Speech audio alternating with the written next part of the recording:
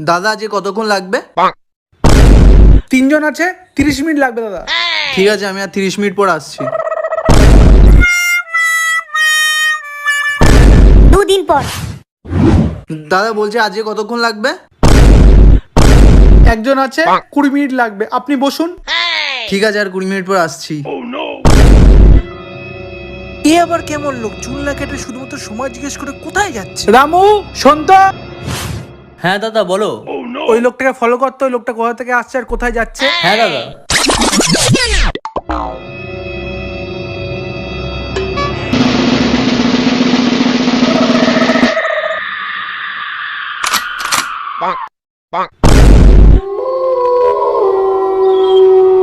দাদা, লোকটা কোথা থেকে এসেছিল জানি না, কিন্তু লোকটা আপনার বাড়িতেই ঢুকলো।